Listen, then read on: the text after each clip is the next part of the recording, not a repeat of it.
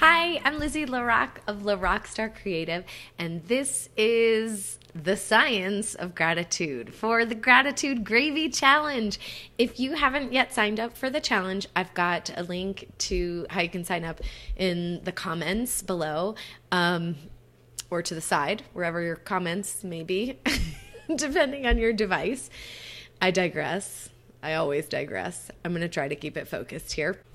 As we say in positive psychology, if you aren't grateful, you aren't paying attention. And that's not to sound like you should be grateful all the time. I'm anti that. There is so much to be grateful for when you are paying attention.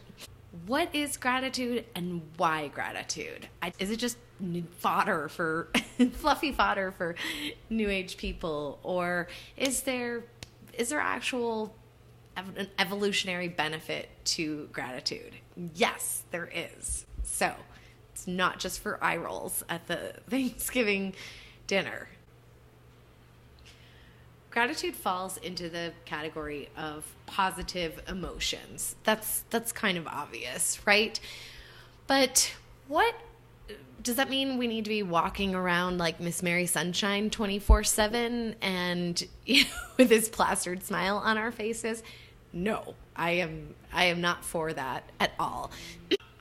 You are not expected to act like you are a member of the Stepford community and that nothing ever goes wrong in your life, or you're grateful for everything.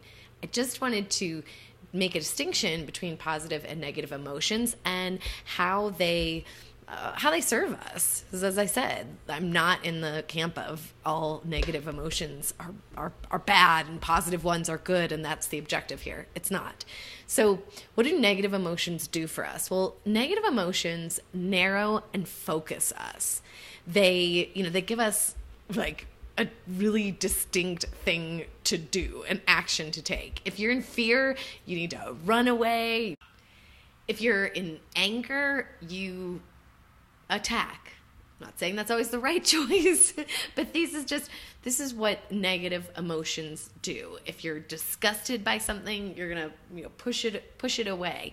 They just narrow us into a few options, and that's how we roll when we're in a negative emotion. Okay, so on the flip side of the negative emotions being the narrow and focus, positive emotions broaden and build us. So this is a theory from Dr. Barbara Fredrickson that positive emotions widen our options. We've got so many options. We're not in this specific narrowed place of fight, flight, or freeze. We've got,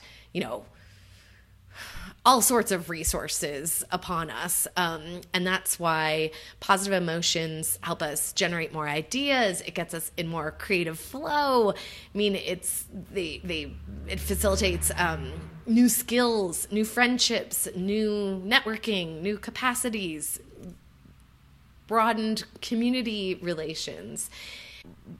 You're going to want to high five everyone, not punch them in the face. So that's kind of the difference. And I'm being sarcastic. I'm not against negative emotions. They don't only make you want to punch someone. There's just a different outcome from it. Gratitude is what helps us be in a positive emotional state and broaden and build so that we can have this much wider array of options available to us in any given situation.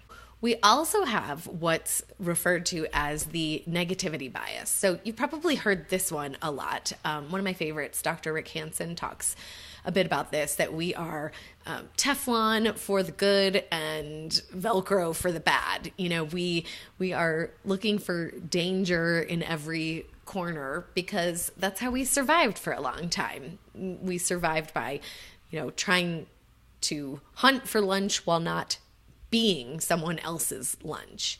And but what's not talked about as I guess in the pop culture as much is that we also have community, and we survived a lot by working together in community and not looking for danger around every corner within our tribe. So gratitude and broaden and build, all of the positive emotions are what strengthened us, as a community, and helped us survive as well. If you were kicked out of the tribe, you had a harder time making it, out of the lion's jaw. I would say that right now, the portrayal of the American, United States of America, I know I have some international people in this gratitude challenge, so this may or may not apply to wherever you're living, but where we are right now in America is a lot of people feeling really fragmented and not coming together as a community, and in that negative, narrow, focused place of, the three options, the fight, flight, or flee, and instead, opening ourselves up to possibility and curiosity and solutions. And a lot of that comes from being in a much more broadened and built state. So, yay, gratitude. And, I just want to clarify that the negativity bias maybe gets a bad rap, a negative rap. It's a highly adaptive quality that has kept us alive for a very long time. I think it's become more toxic and, say, maladaptive when it's been overused in a lot of benign everyday situations. So for example, if you are constantly feeling, in this fight or flight state, and you're just in line at Starbucks and getting aggro about it, that becomes a more toxic, maladaptive pattern. It's not good for your cortisol, your heart, your stress. There's a lot of things, and it's probably not great for, making our community better either if you're just lashing out on unsuspecting baristas or other customers. I'm not saying anyone's doing that here, just giving that as an example of where we can see where the negativity bias of constantly looking for what's wrong, or where danger might be lurking, or feeling in a threatened state, how that doesn't serve us 24/7. So gratitude combats that. It is really hard to focus on what's wrong with your life when you are in this felt sense of being grateful for all the good things in your life. So that's why the yay gratitude. Thank you so much for joining me for this quick little video on the science behind gratitude.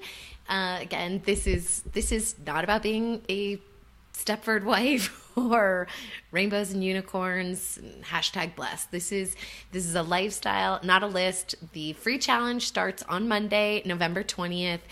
In your inbox, sign up, comments below to the side. I don't know, wherever the comments are, I'll have the link. But join me, and because it starts on November 20th, and I'll have a few more videos here on Facebook as well. We're going to go over the hedonic treadmill next. So stay tuned for that later this weekend. But I have got a 12-year-old birthday party to go to right now for one of my biggest gratitudes in life, my little kiddos. So thank you.